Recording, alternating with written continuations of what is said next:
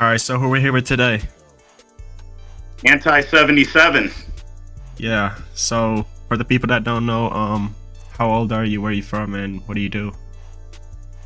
35. I currently live in Portland, Oregon, and what I do on the side just for fun is I make Instagram reels to try and get underground rappers and plug artists and stuff more attention. Yeah. So I think the first thing I have to ask you is, you're like one of the rare people like over the age of 25 that are really like tapped into the underground. Like, how'd you discover the whole underground scene? Well, you're half right. I'm definitely tapped in with a certain part of the underground, but to be honest, a lot of the artists that are getting the most attention right now, besides maybe Laserdisc, are not really my flavor at all. But how this happened is kind of a long, winding story. I'll give you the most condensed version. Is I got really into RXK Nephew in 2021. I'd say he's my favorite rapper of all time, probably. And I was following him on Instagram, and then he posted some video of his Candy Part 3, which is, I think, his longest song. It's 13 minutes. I just made a comment and I said I can do the whole thing, and he told me I couldn't, or he said, "Oh yeah, if you can do it, film it right now. I'll cash app you $100." I don't even need the $100, but at this point, it's like if you tell me I can't do something, I kind of have to do it, you Yeah. know. Yeah. So I hopped in the car. I just immediately hopped in the car. I had nowhere to go. I was just driving around Southwest Portland for no reason. Turned it on, turned the camera on, did it. Tried to upload it to Instagram, and that's when I found out that reels can only be 3 minutes. But I got the first 3 minutes of it on there, and for a long time, Neff never saw it. I think he even deleted the post but I screenshotted it, so it's still on my profile. Yeah. Anyway, that I thought was, well, fuck it, that was fun, but that's the end of that. And then all of a sudden, I start getting DMs from like kind of lesser known underground rappers that were like, "Hey, can I pay you to do that for one of my songs?" And I had 300 followers. At least nobody was gonna give a fuck anyway, so I was like, this is fun, sure, why not? And immediately I realized the problem with that is that I didn't like a lot of what I was being sent, and I I don't need like $20 from an independent artist. It just it felt wrong to do that. It's like Yeah. I don't need to take it off the table. You know what I mean? Yeah. Yeah, a lot of the underground is So very promo focused right now. I feel like everyone's just trying to get promo, and there's a lot of pages that are just doing promo. Like, I mean, like right. something like Hyperpop Daily, like I think they make a lot of money from promo because their promo is probably over like $100 $200 because it's a huge page. So Yeah, I guess I don't understand how that stuff happens in the first place, because if you're just getting paid to say you like something, why would I believe you? yeah, You know? yeah, Like it like feels a every little time I fake. see it definitely does. Every time I see any page that's like, so and so is the hottest thing coming out of Atlanta right now, I'm like, you don't believe that. You were paid to say that. Yeah, And I think for better or for worse, it's kind of screwed me as far as like blowing up goes, because I like what I like, and if it isn't like the hottest trending thing, then nobody gives a shit. But I stand on it, and I've built I've built a little following off of it. There's like maybe a couple hundred people out of the 16K that follow me that are like, oh, this guy's genuine, like he really likes what he likes. And kind of I try to find like fun, creative ways to promote it. I don't yeah, even want to use the word promote because it's free. Half the time the artists don't even ask me or know it's happening. I just, one day they get a collab request and they're like, oh hell yeah. yeah. You know? It's just showing love. It's not really promo. Yeah, Exactly. Yeah. And I think there is a big difference there. And I don't want your money. I might not like your music. And if I pretended to for money, I guess I don't understand how these promo pages get so big in the first place. Like, how do you amass a following by lying to people about what you like? yeah. Yeah, and it feels like everything is just people trying to like put themselves out there, even if their music isn't really like good. So they just like pay people to say it's good or something, you know? Well, so, yeah, I mean, and good is such a subjective term, and a lot of the stuff that I like is, stuff that people would probably deem not good, but I don't care. I'm not in the general conversation about any music culture. I'm like over here in the corner liking what I like, and you could come join my conversation or not, but I'm never going to be the type that like, what do we think, chat? Is this good or not? And it's like I'm not part of the we. I like what I like. You can agree or disagree. Yeah. Okay, so I think the people have to know like what car do you drive, because a lot of the videos, most of them are in your car. So I think people need to know. I did a car reveal when I made. This ties in perfectly to what we were just talking about, but eventually I got so sick of being asked for paid promo that I made a song about how I don't want to do it. Yeah, I saw it. I got a beat off of my Shamina, one of my favorite underground producers. But yeah, I showed me driving my like very basic 2015 white Toyota Corolla, which is like one of the most common cars. I just thought it was funny that like my car is, one out of every 5 cars you see on the road. Yeah. I mean, the song was good. It reminded me of like how Laser Dim or something like that, like they make like these raw kind of no auto-tune, no presets, no mastering, like raw rap, That's a nice way of saying my vocals were too loud, but yeah, I agree. I'm still new to DAWs, mixing, all of this. I'm, between you and me, or I guess whoever sees this, I'm trying to get into learning how to make beats. Oh, yeah. I downloaded FL. I got sent a drum kit to start with. I don't have a lot of time because I work a lot, but in my off time, I'm trying to kind of learn how to make beats, and yeah, I'll do that the same way I do everything. Is it'll be free, but it won't be for everyone, Yeah, I've been trying to produce lately too. I've been starting to like, I'm working on BandLab right now, and I know it's not the best, but like I can just do like some cool little sample beats and stuff like that on there. Yeah, BandLab might not be the most like technical or whatever, but it is the most user friendly, which is why everyone uses it, and I like that about it. I like that BandLab gave the opportunity for people who basically don't know anything about producing music to make it. Yeah.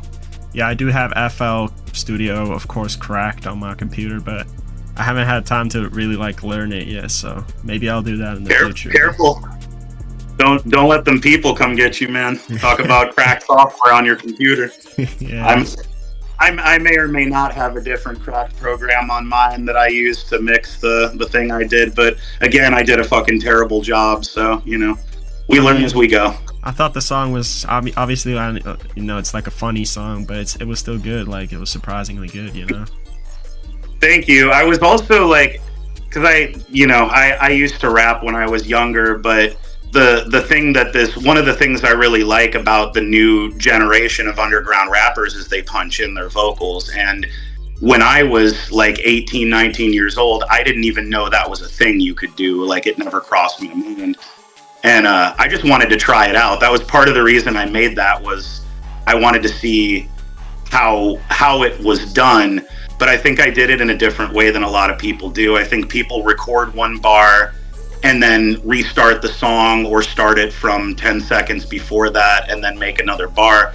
What I did was I wrote it down, and then I just said every other line as I was going, and then I did a second recording where I filled in the blanks with every other line, Yeah, I feel like most artists punch in right now, most of the underground. Yeah, if you're freestyling, you can't really do that. But, little tip for anyone that writes their bars, if you want to punch in, just it only takes 2 recordings if you just go every other line. Yeah. Okay, so what kind of music were you listening to growing up, and how has your like music tastes evolved over the years? It would take me hours to answer that. Part of the reason that I started a podcast was to sort of like kind of organize all my thoughts around that, because I've been obsessed with music my entire life in a way that's really hard to condense into like, I like a little bit of everything, and I also don't like a lot of stuff, and the reasons for that are complicated and all over the place. I will say that what got me into the more like harsher side of maybe lesser known rap was I grew up about 10 minutes east of Gary, Indiana. I don't know if you know anything about Gary. The two main things it's known for is it's where Michael Jackson was born, and in the 90s it had the highest murder rate per capita in the US. Yeah, I watched like a documentary about that city, like the downfall of Gary, you know. Yeah, it had a lot to do with the steel mills and a lot of other shit. But anyway, in the 90s, especially the late 90s, a lot of rappers started like kind of making really, and this, you know, given this was like 1999, 2000, 2001, so maybe if you hear it now, it wouldn't sound as like groundbreaking. But when I had never heard anyone like scream at the top of their lungs about selling cocaine and being in a gang. You know, like I had heard Tupac, I had heard Biggie, I had heard rappers say like crazy off, and of course this was also around the time Eminem was getting popular, so it's not like I hadn't heard rap music with edge in it before, but this was different because A, it was like right in my backyard, and B, there was no pretense of trying to get on the radio whatsoever. This was just like a couple of guys got together, had an idea, thought it sounded hard as fuck, and put it on a track. And me and my friends would like find ways to get a hold of these MP3s or burnt CDs or whatever of CCA was my favorite one, Concord affiliated. They're still kind of hard to find their music, but we would hear this stuff and just be like, this is the real shit, like this rules, you know? And I guess the world wasn't ready for it, but flash forward years later, I started, you know, hearing like maybe not even so much Neff, but like RX Poppy is a little bit more like that, where like I would just hear him kind of screaming about like doing this. It just sounded hard as fuck. And then one by one, you know, Baby Kia, and then I sort of found my way into the underground scene just by enough people messaging me. But the main one, I gotta shout this guy out, WTOC Scooby. Do you know who that is? Nah, I don't think I've heard of him. Oh man, fix that real quick. He's like, that was the guy that really got me into the underground. I found him when he had like a couple thousand followers, and I said he sounded like the future, and I wasn't expecting to get noticed off of that. And he followed me back, and then he like DM'd me and said like, oh, I remember, this was when he had like 30K. Months later, he DM'd me and was like, I remember you. You're the guy that said I sounded like the future, you know? And I was like, hell yeah. And by then I had gotten a little bit of a following myself. So I love it. I love all of the hard, like harsh, evil sounding shit. And then, you know, just being in the underground long enough, I found the other side of it too. There's like a really melodic kind of plug and be almost wholesome side of underground rap that I'm really getting into as well. So yeah, there's just a lot there. I'm sorry, I forgot what the question even was. Yeah, it was kind of like just how has your taste in music evolved through the years? Like, I was kind of that's like what were you listening to as a kid versus like how's it like kind of went on to the kind of music you listen to now? I was listening to so much shit as a kid. It's unbelievable. My mom had a giant CD collection, and most of it was like underground indie rock from the 80s and 90s. And it was like, the more like weird and kind of offbeat something was, the more it would hook me. I got really into noise music when I was young, like, you know, kind of staticky. The guitars have too much feedback, and it kind of makes old people go like this. You know, I really had a deep love for that kind of stuff. And it's like, that's what I hear in a lot of new underground rap, is there's elements of like Merzbow or something in it, or like Jesus and Mary Chain's first album. Like, I hear a lot of harsh, discordant sounds that actually add to the ambiance and make it sound hard. And then they come in with these vocals that somehow like sound like they're almost fighting with the beat and winning. You know, it's amazing. Yeah. How do you feel about the current underground scene? Like, how do you feel like it is right now? I'm unaware of most of it. I'm very out of the loop. Like, whenever I think I said this at the beginning, but of like Laserdisc aside, right? Laserdisc is very, very, very popular, and I like him. But outside of that, all the underground rap that has the most attention right now just kind of blows right by me. I've never heard a Nine Vicious song in my life. I don't know anything about net spend. I think I've maybe heard some of it in a meme or something. Like, all that stuff just kind of blows by me, because that's not the door I enter through music. Like I said, I found that WTOC Scooby guy, and then from there I just kept trying to find like more stuff in that vein. Like, I want to hear the guys with like less than 1,000 followers with nothing to prove, that are just like, I don't give a fuck what I say, I don't give a fuck how it sounds. And it's also a point of pride for me to like be starting a different conversation than the one everyone else is already in. You know, I see the comment sections on these like really the more popular side of the underground, and it's just a bunch of people making the same argument over and over again about everyone's a clone of everyone, everything is a gimmick except for the thing I like, and whatever, dude, I don't care. Yeah. Boring way to approach music. Yeah. What would you say are like your top 5 artists you're listening to the most right now? Like, top 5 favorites? Well, let's narrow the scope to like people who aren't, because I like, you know, like I said, Neff is my number one, but he's been in like Pitchfork, and he's well known enough. Like, I want to use this opportunity to kind of shout out some lesser known ones. I've been listening to a lot. This is more in the like melodic kind of almost pop R&B type of rap, but I've been listening to a lot of Sleaze lately, aka the Lizzie Experience. She makes these like just insanely catchy bubblegum kind of get stuck in your head all fucking day. I've done a couple reels for her. I did one in the car, and then I did another one on a set of drums, just trying to play that BBL song, because I would just walk around all day like, you know, doing that number, and then I was like, I wonder if I could actually play the drums to this. So yeah, shout out Sleaze, she inspired me to play the drums. I guess another one I really like, completely on the other side of that, there's this dude Zaitu Fly out of Florida, and he has the lowest natural voice that I've ever heard in my life. I don't think it's a preset, because I asked him to like send. I was just like, hey man, send me a voice message real quick. I want to hear if that's your actual voice. And then,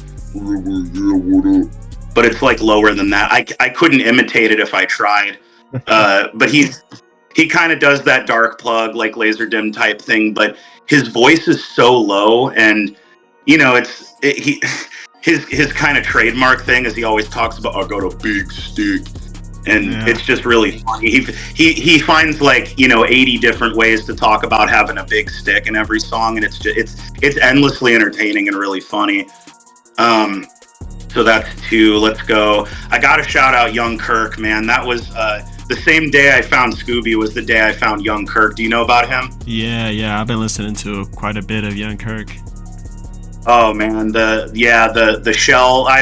I've been following. He's had so many Instagram profiles get deleted and banned, but you know, I found him like spring summer of 2024, and just everything he says is funny and entertaining and hard as fuck all at the same time without having to try. He makes it sound effortless. Like, you know, I can't remember what the song is called, but the one who's like, commit crimes when I get bored. Wasai. commit crimes when I can't afford what I eat. Yeah. Yeah, It's amazing, man. Yeah, I like considered buying a host from him because, you know, I like host music on SoundCloud and shit. So I considered like buying one of them. It was $40 for a song, but I ended up not doing it because, you know, I don't have a job right now and I'm in school. So yeah, I don't have like that much budget for this, but I like talk with a guy who works with him. So I could have bought one from him, but didn't do it yet. Maybe later.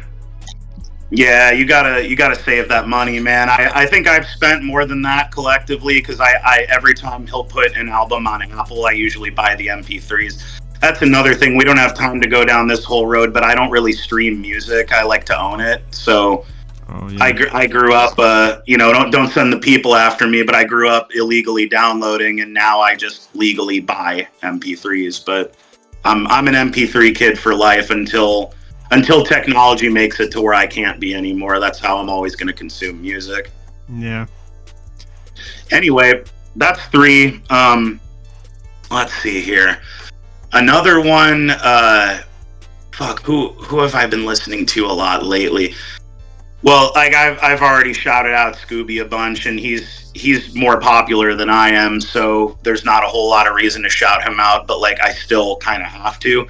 He's incredible. Like if you're into the dark plug thing, and the beats he gets are primarily from this producer named Ivy, and Ivy just has this knack for making like just the hardest fuck. They're you know, they're pure evil. Like his beats just beat the shit out of you, and then Scooby will come in and do something like that matches it perfectly, and it's very cohesive. They're two guys that really understand each other's vision musically, and it comes together in kind of a perfect package. So got to do that. And then one more. There's just so many, it's really hard to kind of to pick 5. I'm just thinking of what I've been listening to lately. Oh yeah, Kamui. He's a guy I actually just found really recently. That My Shamina guy that made that beat for me. He's been making beats for this dude Kamui, I think is how you say it. Kamui.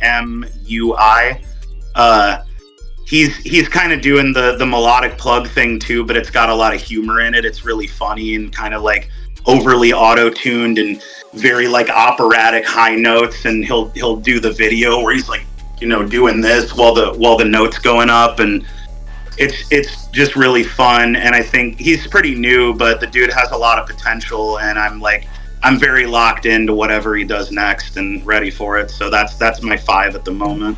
Yeah. Who are some like artists you think have like potential to be the next one to like blow up and kind of go mainstream, like get bigger? I'm really sorry to wave away that question, but I don't know or care. Like I'm a universe away from that conversation. I don't have an ear for what's gonna go mainstream. Mainstream stuff almost always is not my thing. Every once in a while, something that I like will get really popular, and I'll be like, oh, the world agrees with me today. That's weird. But yeah, I'm not in that conversation. I don't want to be in that conversation. Like I said, I see the comment sections around this type of thing, and they just bum me out and kind of make me bored. So I have no idea. I wish everyone a certain amount of success without them getting fully swallowed up by the machine. Yeah, that's my answer. I feel like when artists go mainstream, they like kind of switch up their sound. Like I feel like they get like this more like mass appealing sound. Like they have to kind of change it. I think it's something the label does when, you know, they kind of get bigger, and then they change the way they make their music. And like Yeet used to make way different music. Then he took like this electronic, more like TikTok mass appealing sound. Like now he's making like people saying he's making like Marvel edit music for TikTok. Like it kind of changed up his sound from that drug trap, you know, that kind of like, to a more like non-offensive commercial type of rap. But you see what I'm saying? Where like that conversation right there is like, oh, that's kind of funny, but I have no stake in that. I don't know what to say to that other than that's funny. Yeah, You know? yeah. Nah, I feel you. I feel you. Yeah. So, what do you feel like your number one goal with, social media and all the like the music stuff? Like, what do you feel like your number one goal with it is? Oh, the cool part about this happening to me by accident is that I'm still sort of in the early stages of like the world is my oyster. I have no idea what I want to do with this. 16K people are following me, but most of them don't engage with anything I do. I feel like it's that way for everybody, but I have a lot of ideas. I also I like comedy a lot. I like voice acting a lot. I like music a lot. So I'm sort of trying to network with people low key. Trying to figure out if maybe there's a way that me and some other like-minded people can combine our love of all those things into something new and cool. But for right now, it's like I'm just doing whatever I want for fun, and if it takes off, it takes off, and if it doesn't matter because I still had fun making it. So I have a lot of stuff I want to do, and I'm working on a podcast. I only put out one episode. It's called the Anti-77 podcast. The link's in my bio on Instagram. It's available on Spotify and Apple, and I'm going to keep making those as often as I can, and I'm eventually going to get around to talking about underground rap in a way more expanded way than I just did with you. So yeah. I've been seeing your like the rap battle videos. Those were really funny. I watched all of those today. Thank you. Yeah, the Boulevard Mitch versus Mitch Daniels Boulevard. Like, see, this is what I'm saying. Raw. Like those don't do a lot of numbers, but I think they're funny. I stand behind my, I think I can be pretty funny if I'm given enough opportunity to show it. So yeah, and voice acting's always been a passion of mine too. So like trying to find some people who can draw and maybe we can start a cartoon or something. Fuck, I don't know. There's so many possibilities out there, but yeah, I might be old, but I'm very new to everything that's going on right now in the underground and the underground side of the underground that less people are paying attention to. I'm very locked into, and I feel like there's endless potential there. So that's where I want to be, and that's where I'm really happy to be.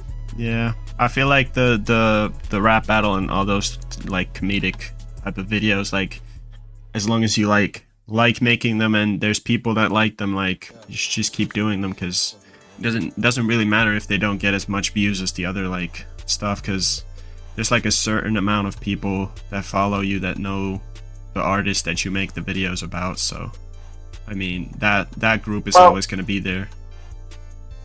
Yeah, and the only videos that I've ever made that have blown up were for artists that are already famous, and that's kind of why I stopped doing it. Like, I don't even do the car reels anymore, because, like, if it's not someone if the artist that I'm, rapping along to doesn't have at least 1 million followers, nobody gives a shit. So I was like, this is getting less fun anyway, and I have other ideas, so I'm just gonna go ahead and do them. So now I'm doing shit that less people care about, and I'm having more fun, and I like it that way.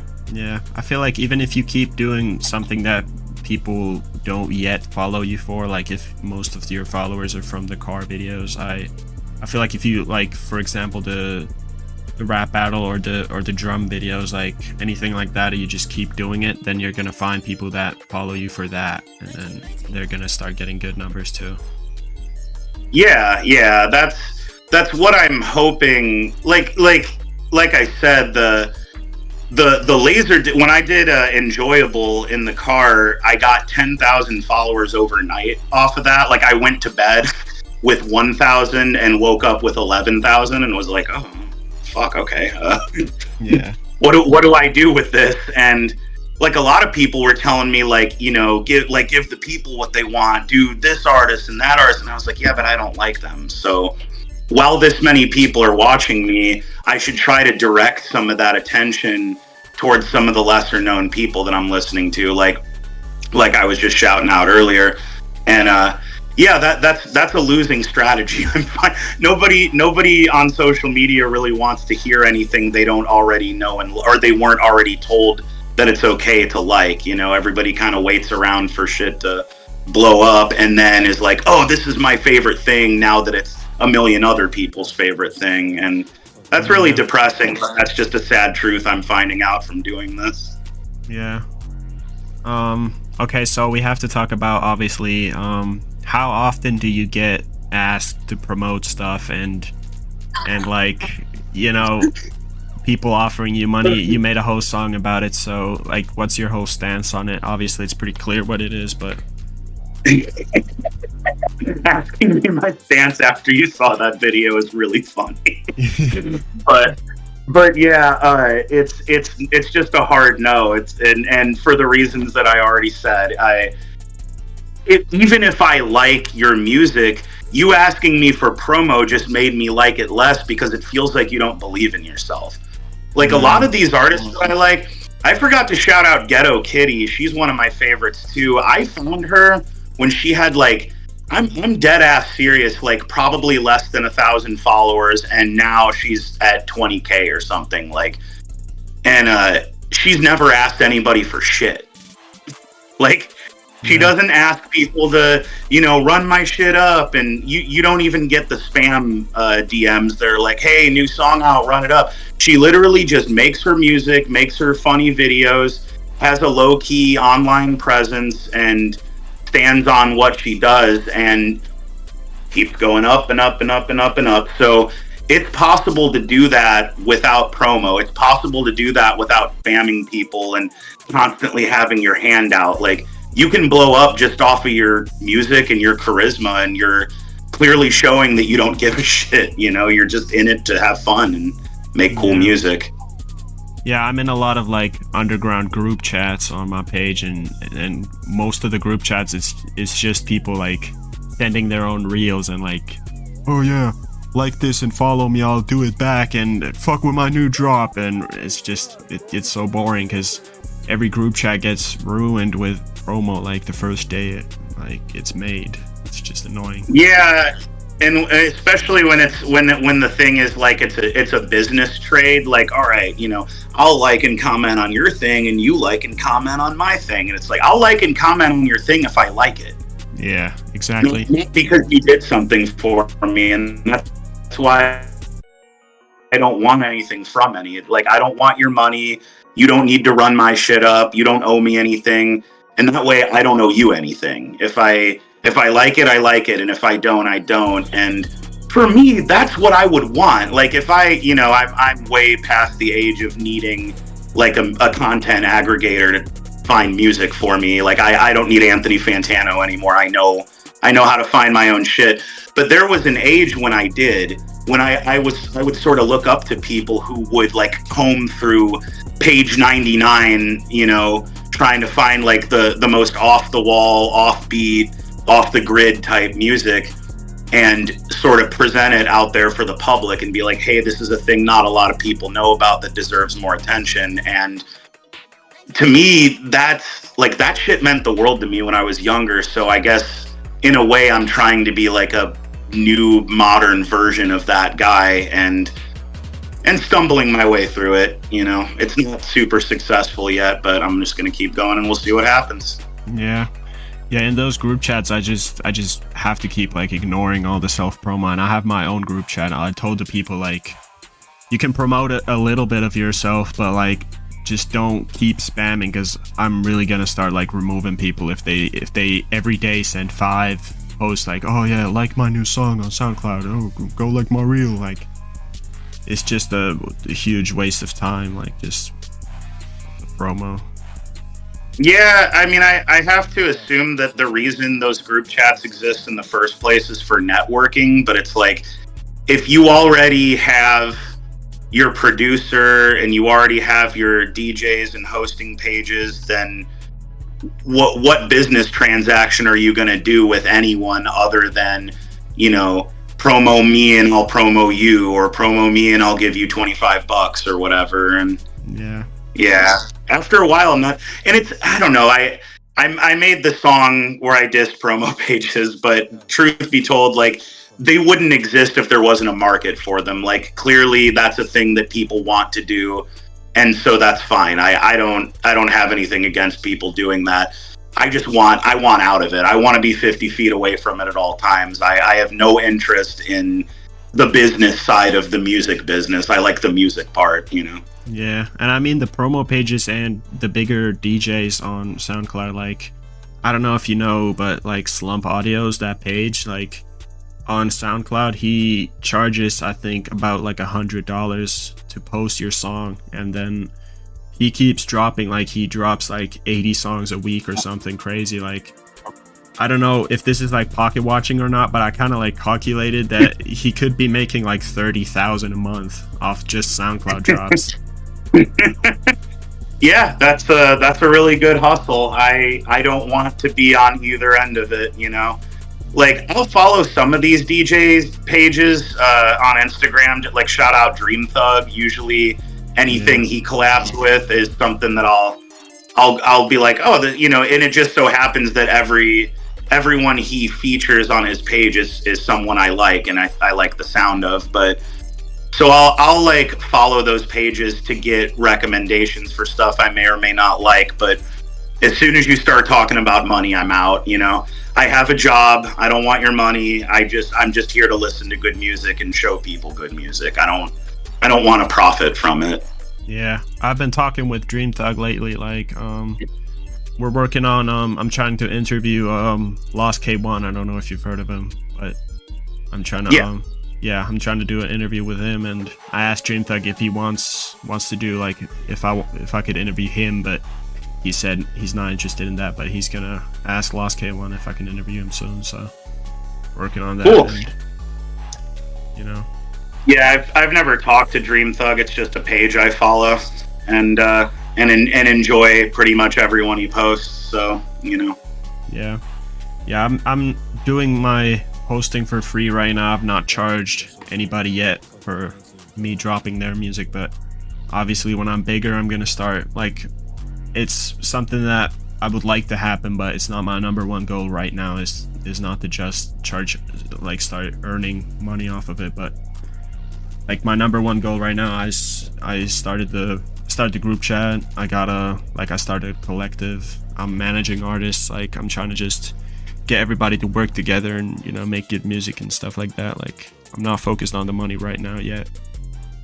Yeah, that's a good order of operations. You know, if you sort of walk into a room and no one knows who you are and just start demanding money from people, it's definitely not a good look.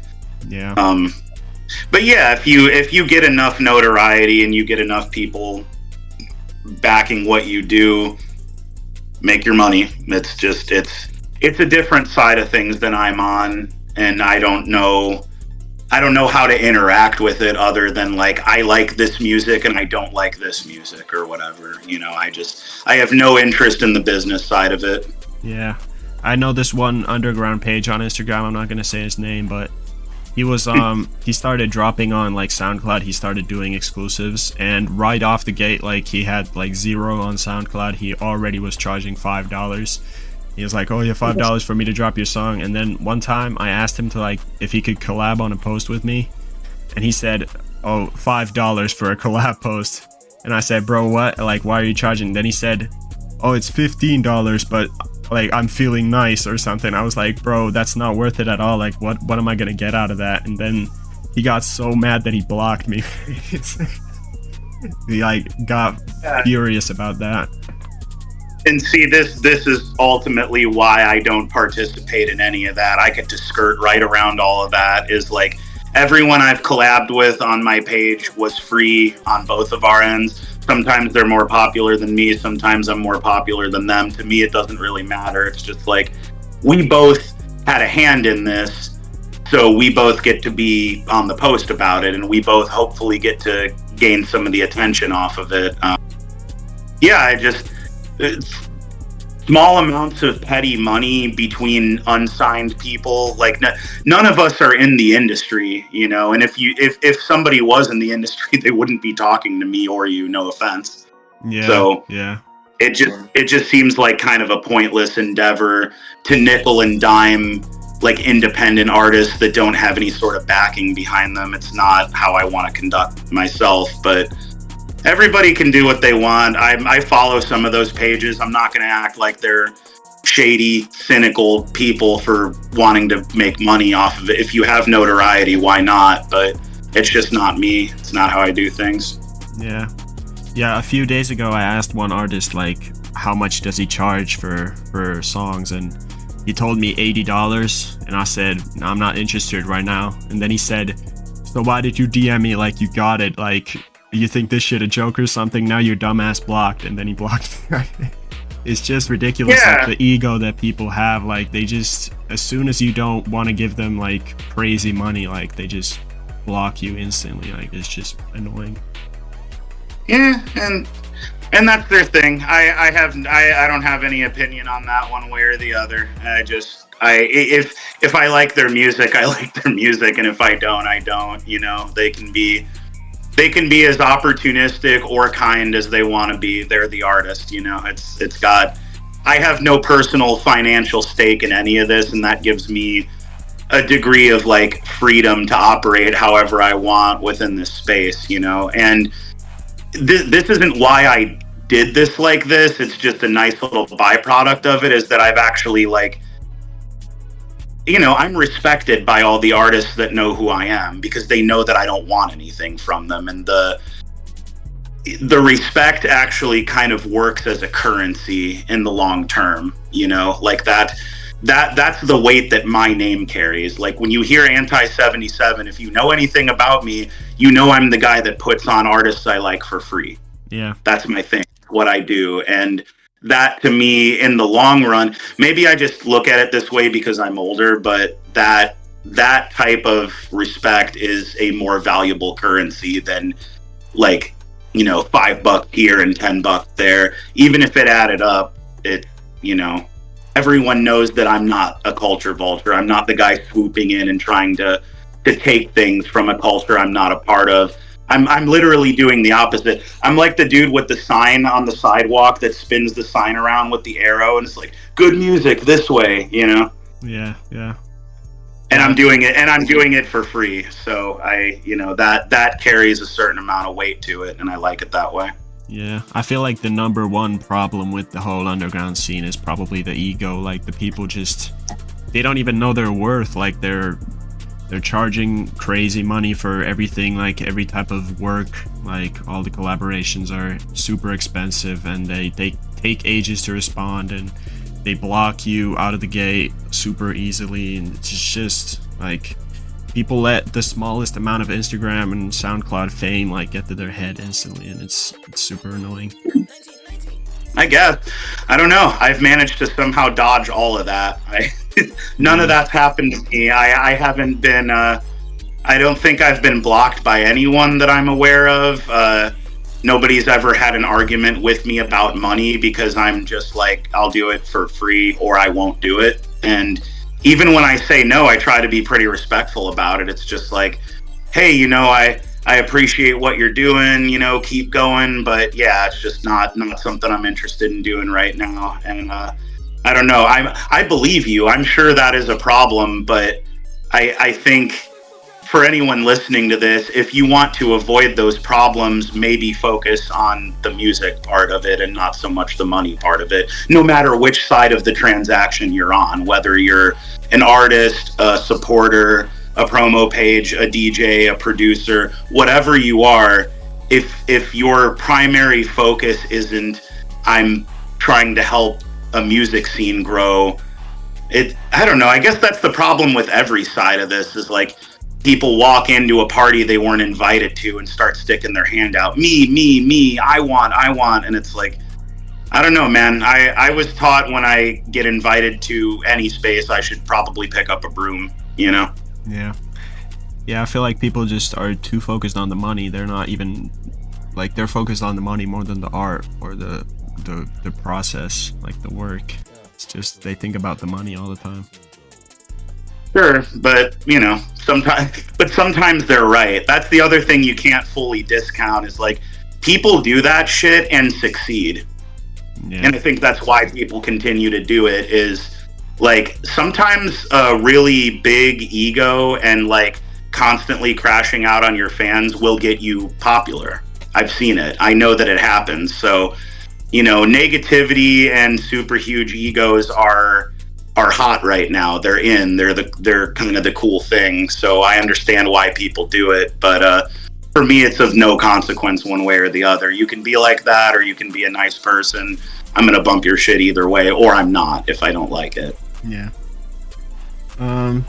Would you be willing to reveal what you do for a job? Like, where do you work at? No.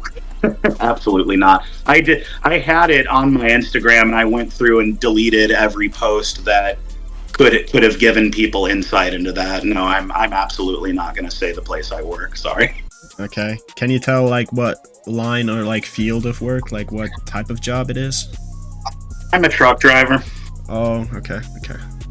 So that gives me a lot of time to listen to music and podcasts and other stuff. It's part of the reason that I can listen to as much music as I do.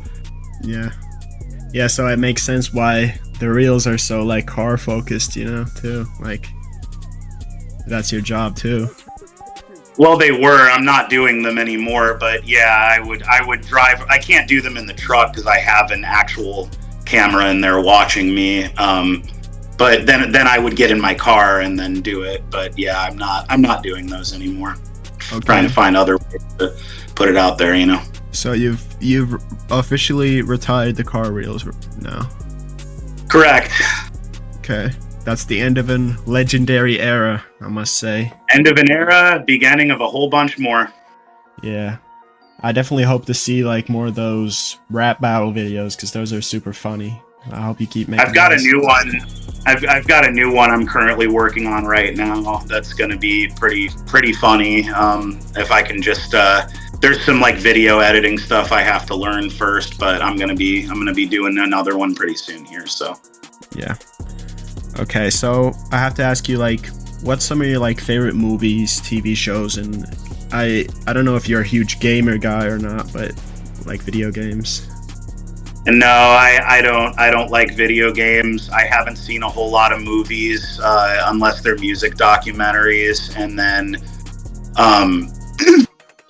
yeah, I'm kind of basic when it comes to any other type of media besides music. I see one movie in theaters a year, and it's usually whatever the most popular one is. I watch the same TV shows as everyone else if enough people say they're good.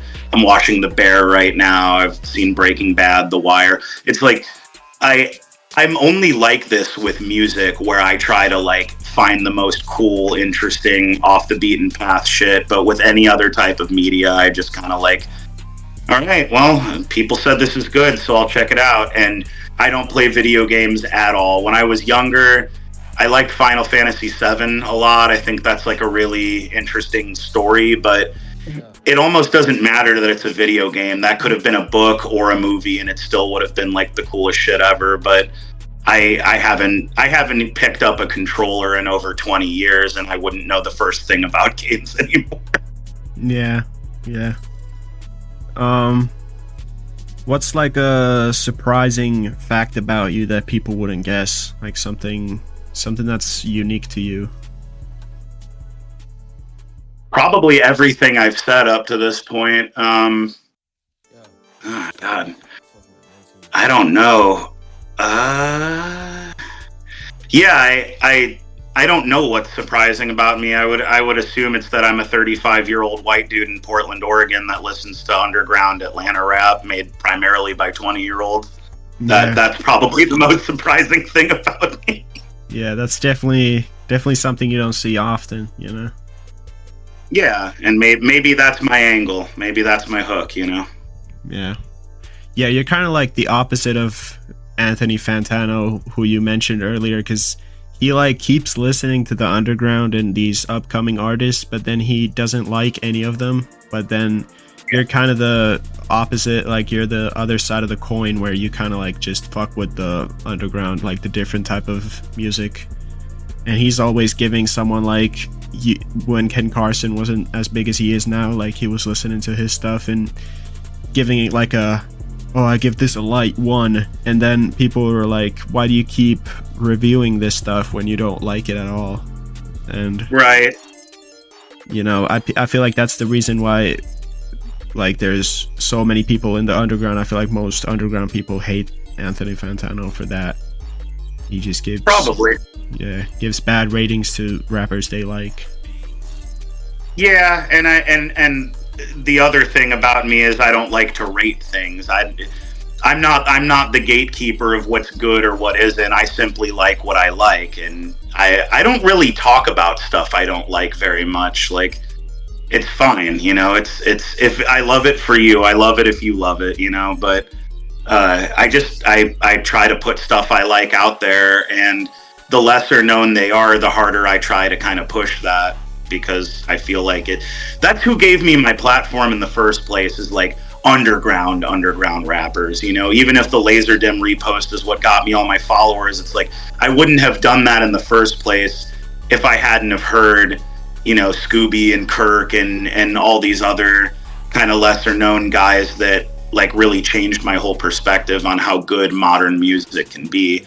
And to me it's a little bit sad that those aren't the ones that are in the main conversation all the time. I'm glad Laser is, that's good, but yeah, it's a lot of that stuff just, it isn't for me, and that's fine. It's not supposed to be. None of this is for me, to be clear. I'm not the target audience of any of this, but some of it really like hits me hard and gives me motivation and is the soundtrack to me like doing my laundry or going to work or whatever the fuck, and it's really fun.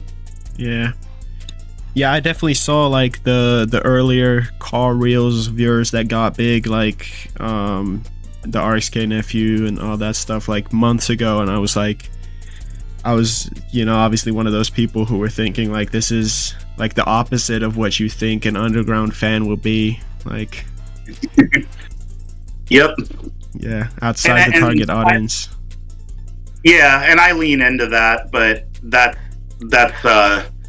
it's not sarcastic, and it's not a bit. Like, I realize that it's funny. We've all seen Office Space. Everybody knows why it's funny, but it's not a joke. Like, I do genuinely love this music a lot, and it's the fact that I don't look like the target audience, if that can be a hook to kind of get more people to listen to that shit, then that's what I'm gonna do. Yeah, I feel like you're definitely like kind of showing that you don't have to be one of the people, like the kind of people that make the music to like the music. Like I feel like you're kind of showing that anyone can listen to it. Definitely. Yeah, I would agree with that, and I would say that's 100% accurate, and I hope a lot of more people start to think that way. Yeah. So what will be like the craziest thing that's ever happened to you in life? What do you feel like that would be?